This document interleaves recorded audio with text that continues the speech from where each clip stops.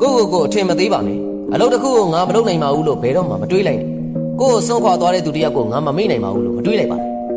သူများအလုပ်လောက်ကင်နေရတော့လေငါလုပ်ငန်းရှင်တယောက်ဖြစ်မလာနိုင်ဘူးလို့မတွေးနဲ့ကိုမှတီးတိုးပေါ်မရှိလို့လေငါတယောက်တည်းမနေနိုင်ပါဘူးလို့လည်းမတွေးပါနဲ့ကိုတန်ဖိုးထားတဲ့သူတွေကိုဆုံးရှုံးလို့လေငါဘဝအတိတ်ပဲမဲ့သွားပြီလို့မတွေးလိုက်နဲ့ရှုံးတဲ့ချင်းတွေကြုံနေရလို့ကိုအသုံးမကျတဲ့သူကလာလို့လည်းမတွေးနဲ့ကံကြမ္မာစိုးတွေမှွေနှောက်နေတိုင်းငါဘဝကလည်းဘယ်တော့မှကံမကောင်းနိုင်ဘူးလို့မတွေးနဲ့ယောဂဝေဒနာတွေခံစားနေရလုံးလို့ငါဘဝဇသိန်းငန်းရောက်ပြီလို့လည်းမတွေးပါနဲ့အဲ့ဒီလိုတွေးလိုက်မိပြီဆိုတာနဲ့တင့်ဘဝတဝက်သေးသွားတာသိကြပြီကိုဆောင်ကျူးလို့အကောင်သေးသေးလေးတွေတောင်မှသူ့တို့မှရှိနေတဲ့ကိုယ်ပိုင်အလင်းရောင်နဲ့လောကကြီးကိုအလင်းရောင်ပေးစွမ်းကြတယ်အစင်မပြေမှုတွေနှလုံးသားရဲ့ခံစားမှုတွေဖြည့်စည်းနှိမ့်ဆက်ခံရတိုင်းလည်းဘဝကိုရေစုံမျှောနေမိရင်တော့လောကကြီးကမင်းကိုကောင်းကျိုးပေးလာမှာမဟုတ်ဘူးတကယ်ချင်း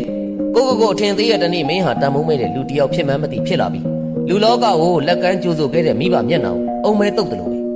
ငါမလုပ်နိုင်ဘူးမတွေးနိုင်ဘူးလို့တွေးတဲ့တနေ့မင်းတည်သွားတဲ့နေ့ပဲဖြစ်တဲ့